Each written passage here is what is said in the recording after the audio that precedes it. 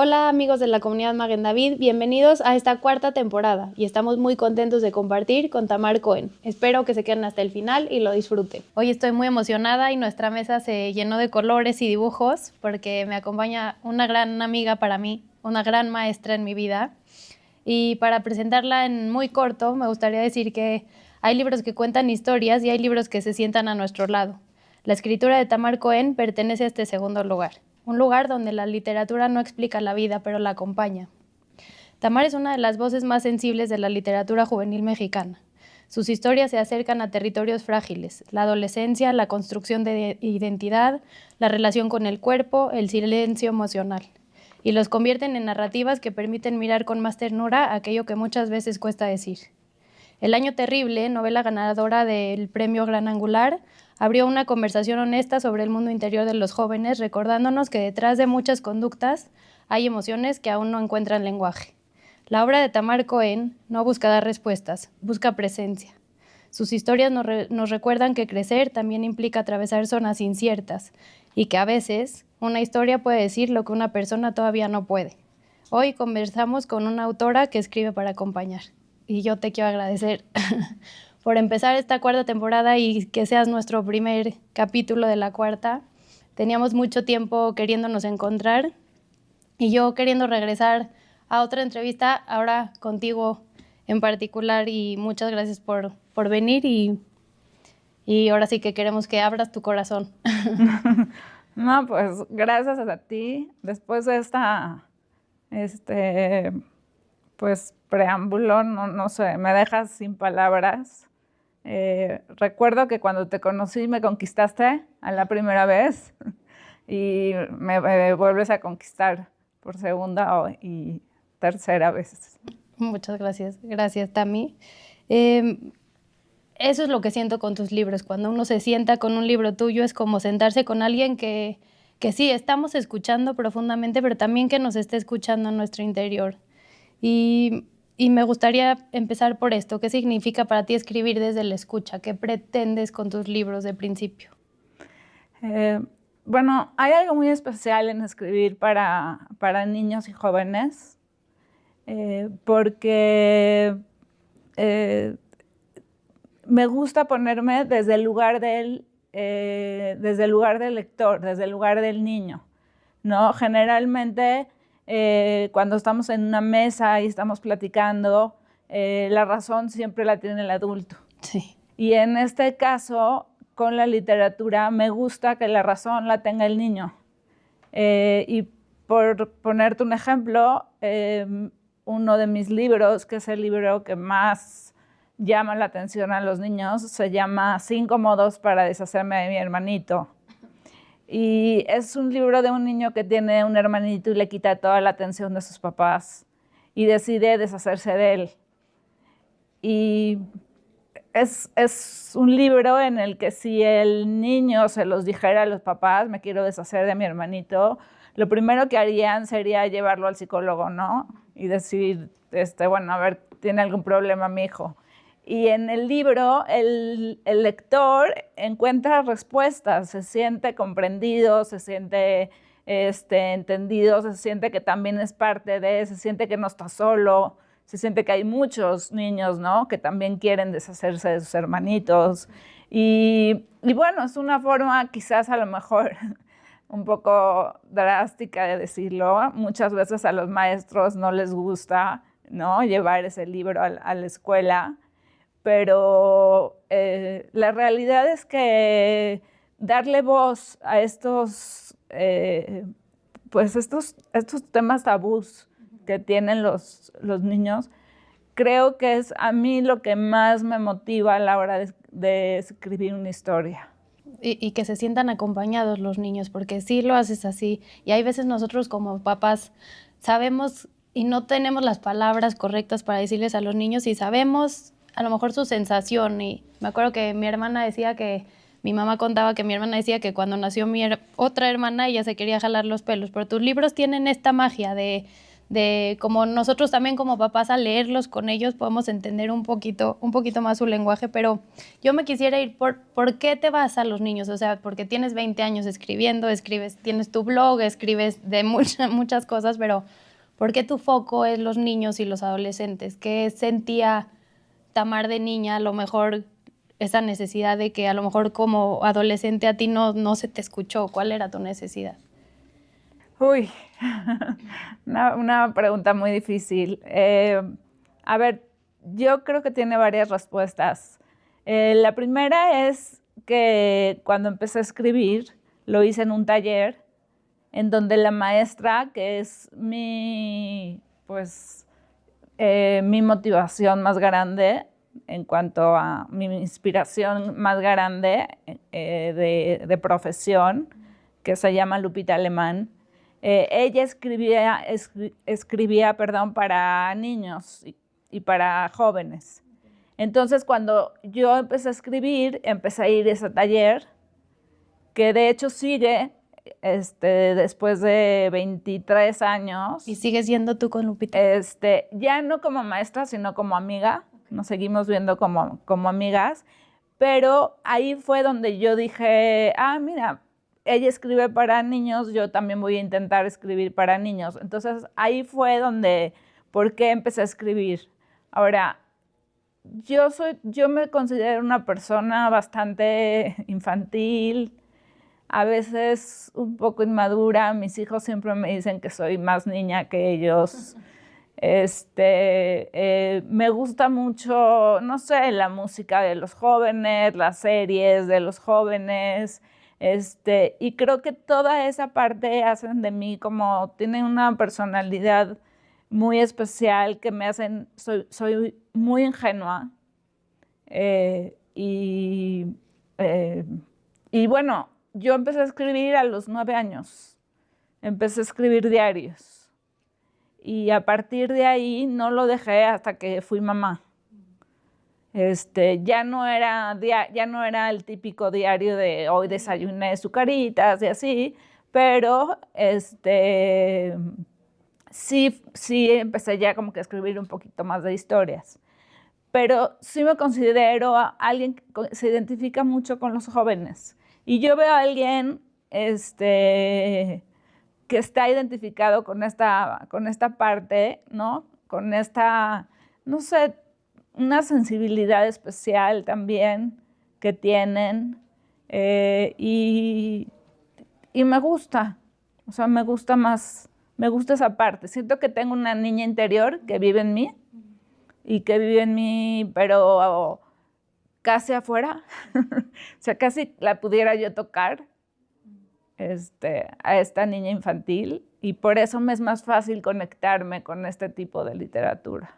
Y desde tu lugar y desde darle voz a los adolescentes y a los jóvenes y a los niños, ¿qué crees que los adultos olvidamos a veces de la adolescencia, o cómo conectar los adultos con los jóvenes? ¿Qué ves de su necesidad que nos está haciendo falta? Pues creo que a veces no se les considera como una persona íntegra, completa, ¿no? Se les ve como a lo mejor como si fueran, como si estuvieran a la mitad de un proceso, que estoy de acuerdo, están creciendo y no son adultos, pero son unas personas completas, ¿no? O sea, son... ¿Y quién dice que un adulto está completo, además? Sí, exactamente, ¿no? Tampoco. Entonces, por eso me gusta este tema, ¿no? Y por eso me gustan los temas tabús. Creo que también hay algo muy especial en mi literatura que toca estos temas que no son tan fáciles de hablar, ¿no? Y digo, lo vemos en Abril, digo, que ahorita si quieres hablamos un poquito, lo vemos en El Año Terrible, lo vemos en mi primer libro que se publicó, que fue Papás bajo la lupa, ¿no? Es un juicio que se le hace a los papás por los nombres que le ponen a sus hijos. Entonces, ya hablando desde eso, o sea, un juicio que le hacen a los papás. Son temas que de verdad, un papá si yo le platico al papá, oye, ¿le quieres comprar un libro a tu hijo que habla sobre juicios? Me van a decir que no, me van a mandar a volar. Entonces, también para mí es difícil esa lucha entre querer escribir libros desde el lado del niño, pero también que sean libros pues, que quieran comprar y que se vendan. Pero el chiste es que tú tienes una intención muy, muy fija y tienes una meta y tú quieres conectar con ese niño, que se sienta que hay alguien más que lo acompaña.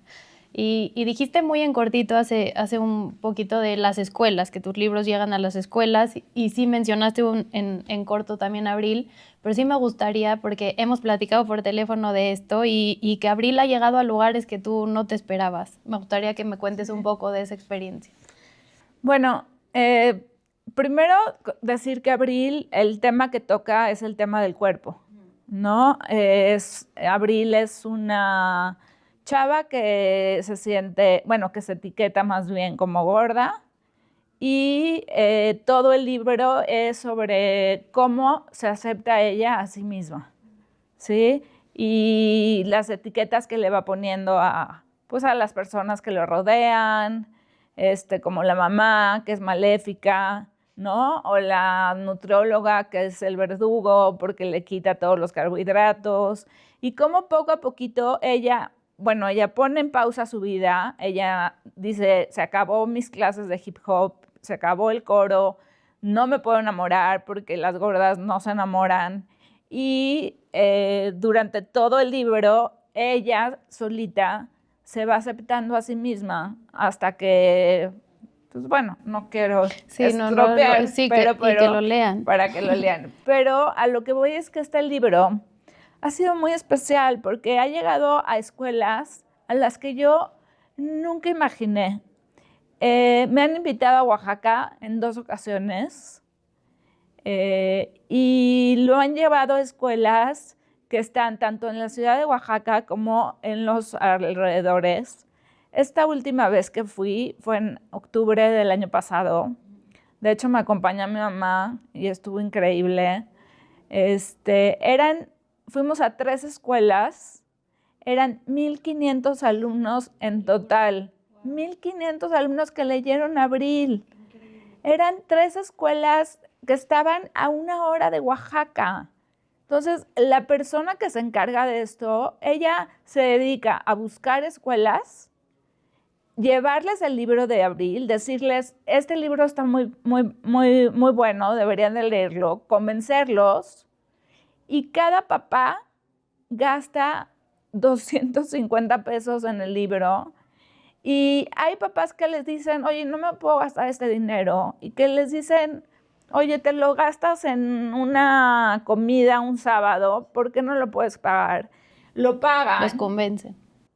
Y justo la última escuela a la que fuimos, toda la escuela estaba rodeada de carteles sobre Abril, de diferentes portadas, de preguntas que querían hacer, de diferentes finales porque a lo mejor no les gustó el final.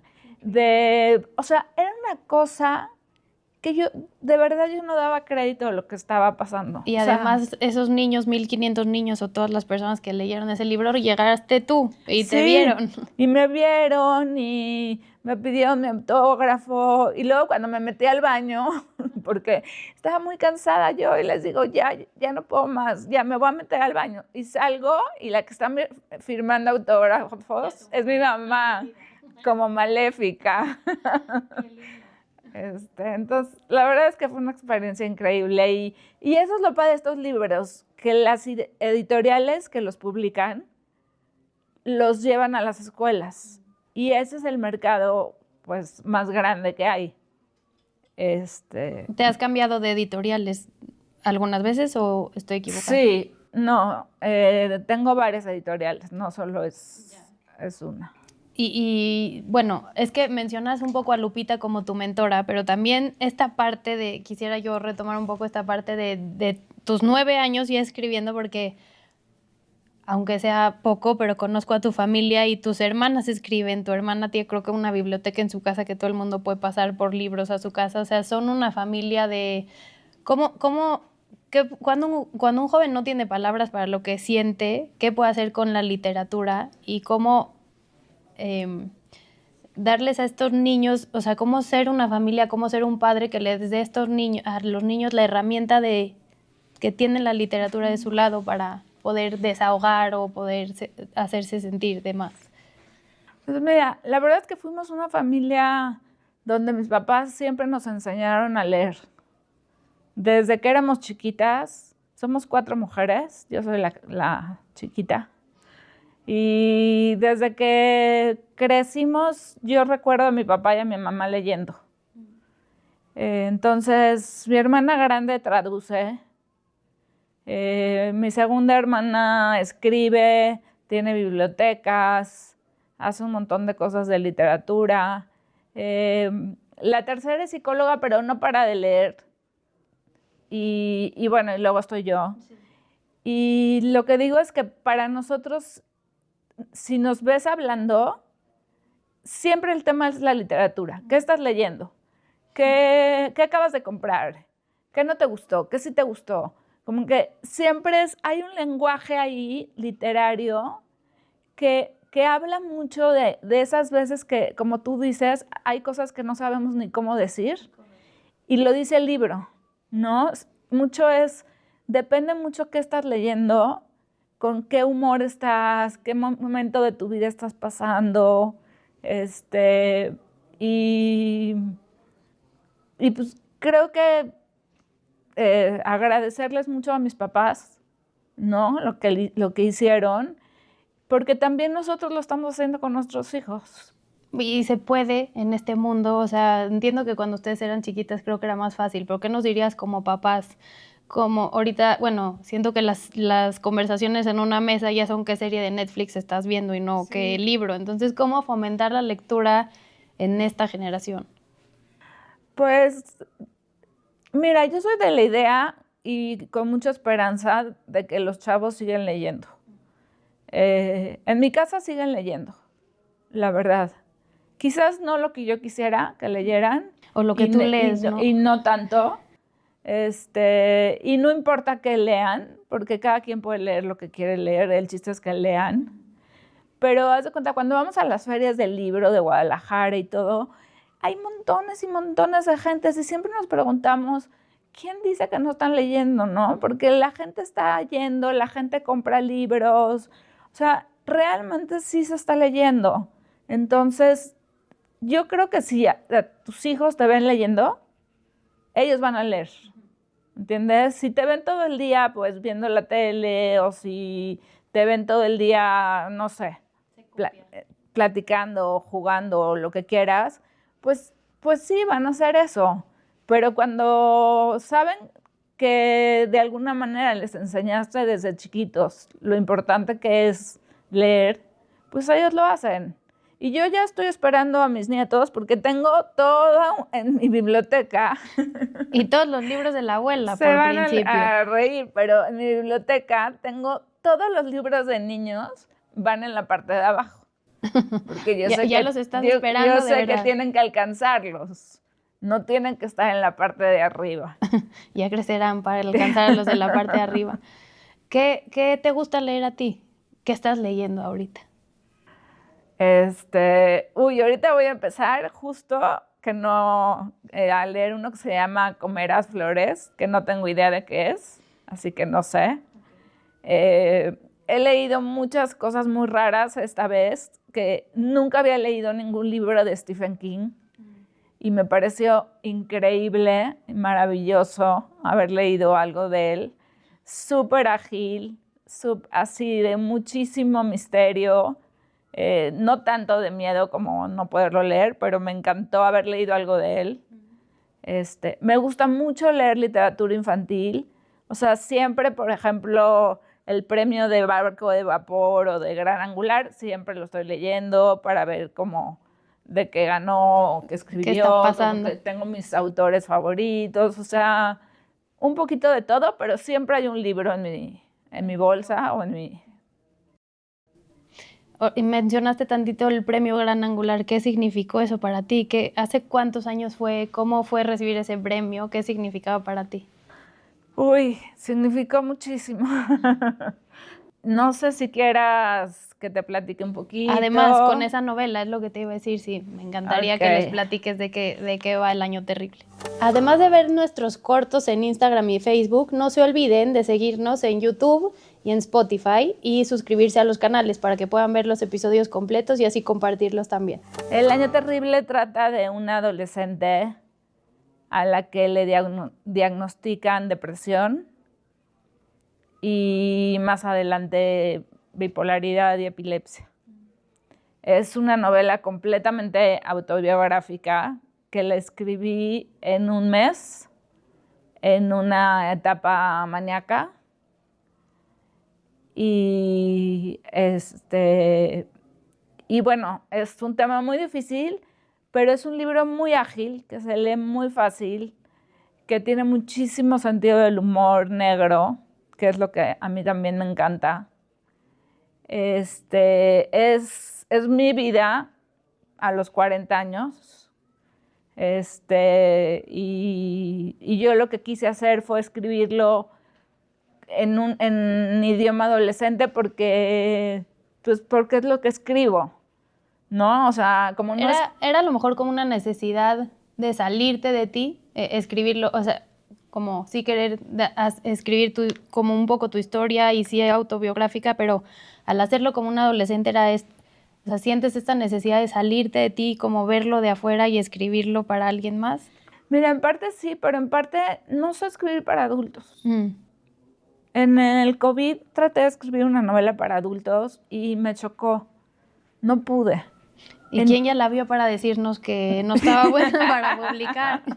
No sé, a mí no me gustó. Entonces, bueno, yo escribí esto, El Año Terrible, pues yo tenía 40 y la niña tenía, Dana tiene 17. ¿No? Y bueno, para mí la verdad es una forma de resiliencia, de haber salido adelante, escribiendo una historia. ¿En tu proceso personal escribirla te ayudó? Me ayudó muchísimo. Aunque al principio yo decía no, me negaba, estaba como muy negada. Hoy te puedo decir que me ayudó muchísimo, que ponerlo en papel, que ponerle letras, que ponerle forma, metáforas. Escribí, haz de cuenta, un chorro de metáforas de cosas que eran muy difíciles de sentir, ¿no? O sea, crisis, por ejemplo, ¿qué era una crisis? ¿Cómo hacía para explicarles a los demás lo que era una crisis? Y entonces lo manifesté a través de una escalada en la nieve y venía una avalancha. Y cuando venía la avalancha y te volvía a tirar hacia abajo, esa era una crisis. Y era lo que tú estabas sintiendo. Sí, eso era lo que yo estaba sintiendo. Y entonces, pues bueno, cuando terminé la novela, la mandé a concurso. Y cuando ganó, ahí sí dije, ah, caray. O sea, sí cuando me hablaron, grité como loca, estaba con mi hijo, me acuerdo, el chico, brincamos, estábamos muy felices. Yo estaba muy, muy, muy, muy emocionada. Y luego pues ya vino la parte difícil porque estaba yo ahí completamente abierta, o sea, la gente que me leyó, pues de repente, bueno, que me sigue leyendo, sí, se da cuenta de todo lo que sufrí, de todo lo que pasé. Para mi esposo tampoco fue fácil volverlo a leer, para mis hijos. Porque ellos además también estaban viviendo este proceso contigo, entonces. Sí. Pero bueno, pues la verdad es que significó mucho en el ámbito literario. Se me abrieron muchas puertas. Varias editoriales me hablaron, entonces me publicaron otros libros que no había podido publicar. Y hoy en día ya lo tengo como mucho más manejado. Digerido. Sigo presentándolo en escuelas, que esa parte también me gusta. Entiendo que tuviste muchas satisfacciones de ese libro, sí, el premio y todo, pero lo que más a mí me llama la atención es que estoy segura, como lo dije en la semblanza, que es un libro que acompaña o ha acompañado a mucha gente en algún tipo de proceso similar y que se puede sentir identificada a alguien y que seguramente le ha sido de mucha ayuda a alguien. Seguramente habrá casos que se hayan acercado a ti a decirte que les haya servido el libro, no, pero también es un libro que igual no vamos a platicar mucho de él, pero es un libro que aunque pasen los años, o sea, si yo vuelvo a pensar en el año terrible, me acuerdo de la oscuridad, me acuerdo del frío, me acuerdo de los cambios de doctores, o sea, es un libro que de verdad, y yo es raro que se me quede un libro por tantos años, pero es un libro que sí acompaña, pero que causa muchísimo impacto dentro de uno y sí te ayuda a... Tal vez no para todas las personas vivamos ese proceso o ese tipo de sintomatologías o de ver diferentes doctores, pero te acompaña, sí es un libro que te acompaña y que te ayuda a superar cosas diferentes. Y sí te lo agradezco yo, en lo personal. Gracias. Gracias, Tami. A lo mejor sí te quisiera preguntar eso, ¿qué te dicen los lectores acerca de tu literatura, que sí puede cuidar? ¿Has tenido algún acercamiento a alguien que te diga, me ha ayudado tu libro? Sí, bueno, sí, bastante.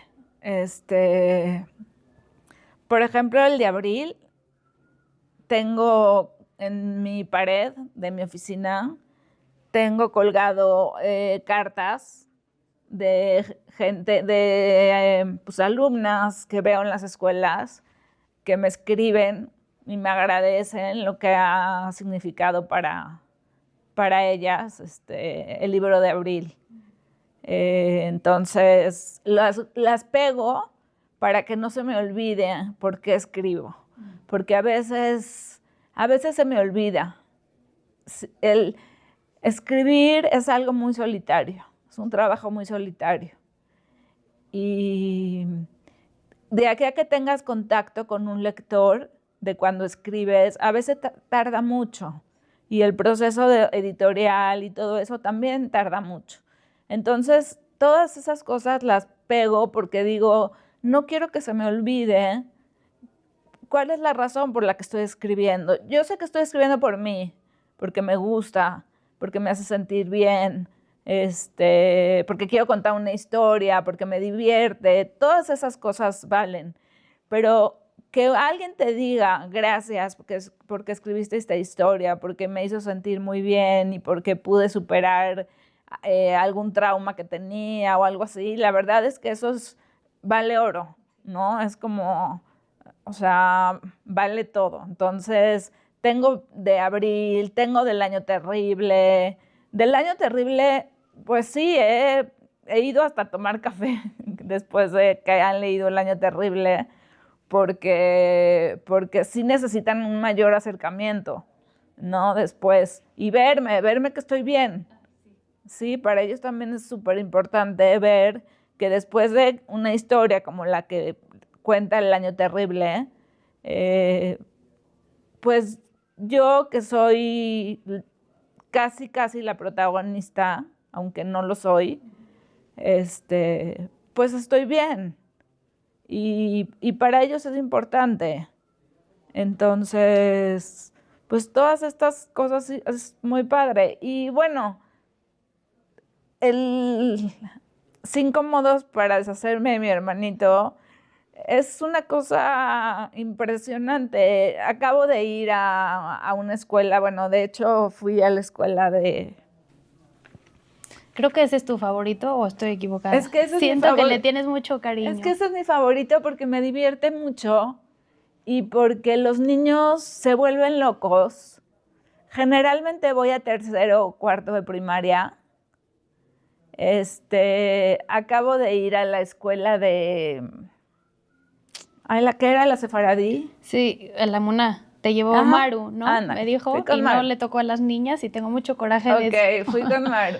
Y estaban los niños tan emocionados y cada uno decía otro modo para deshacerse de su hermanito, porque los modos, no vayan a creer que son muy drásticos. Los modos son mandarlo a la luna, comérmelo en un sándwich, meter gol con él, o sea, por decir algunos. Y entonces los niños se emocionan muchísimo y empiezan... Tienen nuevas ideas. No, yo lo voy a meter al refrigerador y lo voy a encerrar ahí. O no, yo lo voy a meter abajo de mi almohada. Y se empiezan a emocionar tanto. Y es literatura. Sí, es verdad. Y son historias que se le quedan... Yo cada que vuelvo a hojear el de 5 modos, por ejemplo, o así, me acuerdo mucho de cuando yo era chiquita. Había una maestra que nos venía, era como una cuentacuentos, y nos venía y nos contaba cuentos, pero nos había contado La peor señora del mundo. Creo que lo puedo repetir, que era mi cuento favorito, y siento que tus libros tienen esta misma parte, que son historias que los niños van a ser grandes y se van a seguir acordando de 5 modos, por ejemplo. Sí, pues esperemos que sí. No, sí. Y ahí van a estar tus nietos también cuando sean grandes diciéndote eso. ¿Qué conversación te gustaría que existiera en todas las escuelas? Ay, O de los padres con sus hijos, o sea, por ejemplo. por eso me gustaría que existiera eso, que escogieran un libro. ¿Me entiendes? Que escogieran un libro, que le dejaran al niño o al joven escoger el libro, que lo leyeran entre todos y que se sentaran entre todos a platicarlo y hacerse diferentes preguntas que cada uno haría, ¿no? Porque si llegaran a leer Abril entre todos, estoy segura que las preguntas que va a hacer el papá no van a ser las mismas que va a hacer la mamá, ni va a ser el adolescente o la adolescente. Y discutir un mismo libro es como hacer como un tipo book club en una familia. Se me haría, es algo súper, no sé, se me haría algo increíble, que creo que también rompería muchísimos tabús. Y es esta parte, como dices tú, que platicas en la mesa de tu familia de qué libro está leyendo cada quien, también esa es una manera de darte cuenta en dónde está parado cada quien discutiendo un mismo libro, y me parece increíble. Sí. Está bueno esa idea. Bueno, y decíamos también en la semblanza que escribes como no para resolver, sino para acompañar. ¿Qué crees que dirían tus libros si estuvieran sentados junto a ti? Ahí están sentados. Ahí están sentados y nos ven. En parte estarían agradecidos de que inventé una historia, ¿no? De que les di vida, de que pues de que no están guardados, ¿no? De que están ahí, de que me preocupo por ellos, de que me preocupo porque estén en algún lugar y no solamente en mi oficina, ¿no? De que toquen vidas. Creo que esa parte sería muy importante. Y pues, no sé, eso me... A lo mejor soy muy invasiva, pero entonces hay uno que está guardado que te va a reclamar que no lo haya sacado todavía. No, el de adultos. Porque sí me quedan ganas de... Sé que escribes para niños y sé que te sientes más cómoda ahí, pero sí me quedan ganas de saber qué nos diría Tami a los adultos.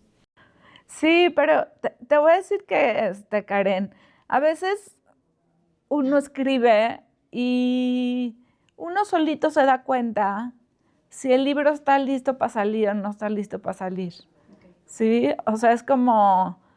No todo lo que escribe uno está listo y hay que enseñarlo al mundo y todo. No, hay cosas que uno escribió, así como mi primer libro está en mi computadora, mi primer libro no ha salido. Y creo que uno tiene que también aceptar sus límites, aceptar qué cosas sí, qué cosas no. Y ese libro me hizo darme cuenta que a mí lo que me gusta es escribir para niños y jóvenes. O sea, y no quiere decir que tú no te diviertas leyéndolos, ¿no? Sí. Yo creo que también los adultos se divierten con mis libros. No, sí. Nada más creo que, pues, que uno sí tiene sus límites y conocerlos también es importante. No, qué padre esto que dices, porque... Y es una manera también como de cuidar nuestra palabra, ¿no? No todo lo que pensamos tiene que salir de nuestra boca. Y está increíble esta parte que dices que también no todo lo que escribimos es para que todos lo lean, a lo mejor no estaba listo. Sí. ¿Y cuándo un libro ya te dice estoy listo para salir? Pues mira, ahorita yo trabajo con una amiga. Ok. Entonces yo escribo y nos vemos y trabajamos juntas y vemos cómo vamos y así. O sea, ella como tu editora Sí, como ok. mi editora. Ok. A mí me gusta mucho trabajar así, me cuesta mucho trabajo trabajar sola. Se me hace demasiado solo el trabajo de escritor, como te dije. Sí. Y entonces compartir con ella, y que aparte nos llevamos muy bien, entonces, Y además te empuja, ¿no? A como sí, que no se atore la historia. me pone límites, como diciéndome, bueno, me tienes que entregar tal día, entonces todo eso es muy bueno. Y pues ya de repente cuando ya ves que el libro ya no da más y ya como que se cerró, como que cerró la puerta, ¿no? Como que cerró la puerta y dices, es como cuando ya está listo para salir. Ok, qué padre esto. Qué padre proceso, porque también, además de que tienes tu editora y que ella te ayuda y te impulsa, y también tienes tus talleres. Entonces, ¿nos quieres platicar un poquito de qué van los talleres? Y si alguien necesita sacar como esta historia, ¿cómo podría acercarse a ti? Bueno, mira, la verdad es que he dado un montón de talleres desde hace mucho. Te di uno. Sí. Hace ya muchos años. Y también se quedó atorado el libro ahí y nunca salió. Di algunos talleres en el Péndulo de Polanco. Y luego di unos talleres por Zoom. Pero ahora me quiero ir un poquito más hacia la parte como de bienestar integral, en donde venga un poco la espiritualidad, la disciplina, la escritura, la creatividad, los vínculos. Entonces, toda esta parte como más integral de una persona que te puede ayudar a sacar adelante el proyecto que quieres sacar. Entonces, apenas lo estoy armando, pero pues me pueden seguir en mis redes, en Instagram, tamarcoena, o sea, @tamarcoena, es en Instagram, que es ahí donde estoy. Sí. Escribo un blog también, todos los miércoles sale, o sea que hoy es miércoles, hoy saldrá. Ok. La página es tamarcoen.mx. Y me dices que iba como a tomar un giro el blog. Sí, también era sobre escritura y ahorita creo que tiene un título porque no me lo sé de memoria, pero creo que tiene un título algo así como una bipolar sobreviviendo. Sí, también lo vi ayer y ya lo olvidé cómo se llamaba, pero sí vi la palabra bipolar. Era una bipolar funcional. Eso, exactamente. Era una bipolar funcional. Entonces, vamos a ver. ¿Qué significa ese título? O sea, ¿cómo funciona, Tamar? Pues mira, no me define. No soy bipolar. Vivo con bipolaridad, que creo que es muy diferente. Es una parte de mis tantas partes que soy. Pero tenía ganas de explorar esa parte porque sí es algo con lo que vivo. O sea, sí es algo que me atañe, que de repente me limita, que de repente para mi vida, que de repente me dice hasta acá y métete a la cama un buen rato. Que de repente me dice, ahorita ponte a actuar y ponte a escribir y ponte a desarrollar ideas, como que, y bueno, sí es parte de mí, sí es una gran parte de mí. Pero por el otro lado no quiero decir soy bipolar, porque entonces, ¿dónde queda la otra parte? ¿Dónde queda la parte escritora, o la parte mamá, o la parte hija, o la parte hermana? O sea, ¿dónde queda todo eso? La parte de Tamar funcionando y poniendo esa parte en un lugar guardado también hay veces. Entonces, por eso tenía ganas como de explorar esta parte y de meter la escritura ahí, ¿no? Y de ver cómo puedo meter la escritura en esta parte de bipolaridad funcional. Y siento que eso le hace saber mucho a las personas, o sea, si alguien está viviendo un proceso así, saber que de verdad la escritura te ha cuidado y te has cuidado de ti misma con la escritura también. Sí. No, sí, y la verdad es que también salió justo porque me ha tocado ayudar a personas y siento que tengo un chorro de herramientas que hay mucha gente que no tiene. O sea, vínculos, que es súper importante, una red de apoyo, disciplina. Soy una persona súper disciplinada, es algo muy importante para la bipolaridad. Soy muy buena, por ejemplo, para los medicamentos, ¿no? Porque hay quien pues, no se los toma y yo sí soy de las que me lo tomo. Por ejemplo, mi psiquiatra me tiene obligado, te vas a reír, pero obligado a meterme a bañar y ir a caminar todos los días. Aunque así, se quiera quedar Tama en la cama, en la oscuridad. Aunque me quiera quedar y no me quiera bañar, no hay forma. Entonces, Y sí puede ser la psiquiatra, pero sí es la parte de Tamar disciplinada, porque no cualquiera tiene, como dices tú, esa herramienta.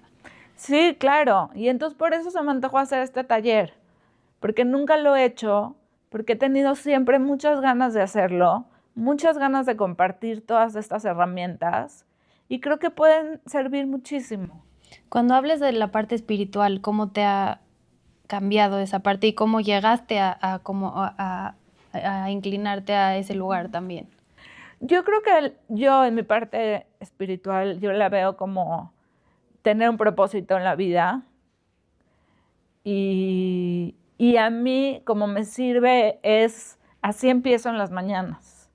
Todas mis mañanas empiezan con la espiritualidad. Me despierto y lo primero que hago es meditar y respirar. Y ahí es donde viene esa como calma del día, en donde también yo me pregunto qué viene en este día. Y esa espiritualidad es para mí lo que me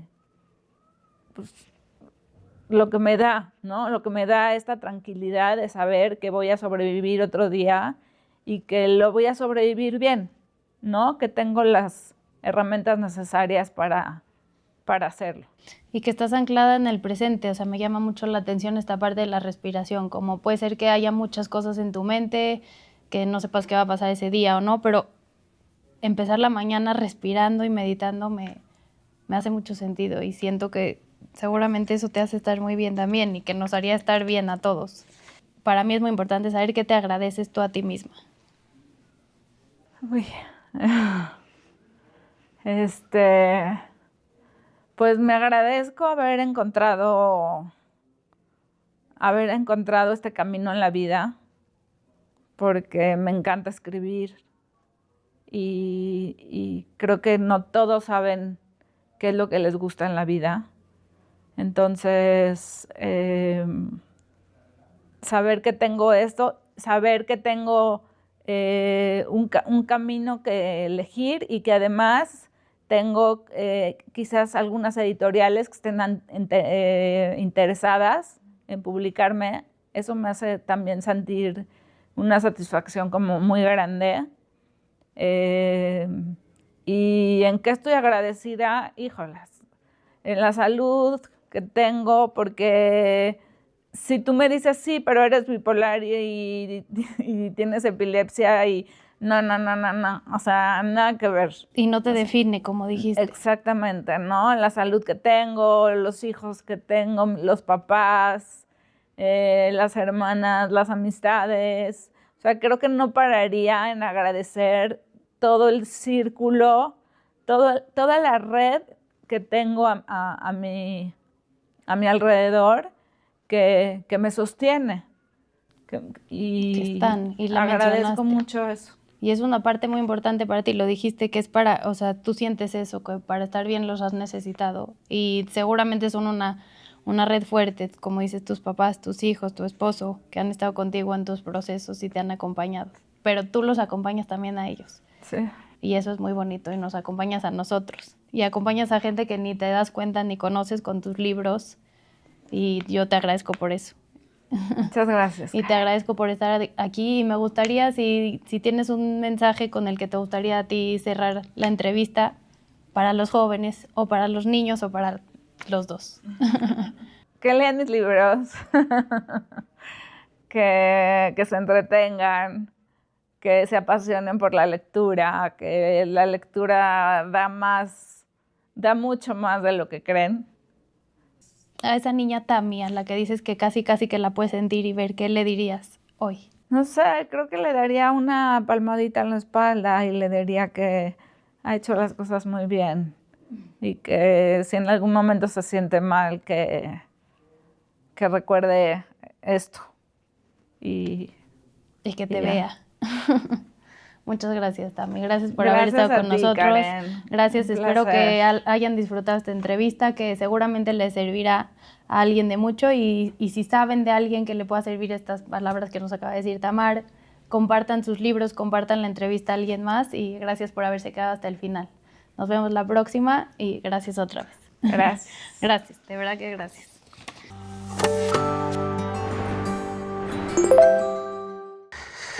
Te platico. Yo era muy chiquitito, 11 meses de nacido, y de repente le dicen bebito y les dicen a mis papás que tengo un tumor cancerígeno en vejiga y próstata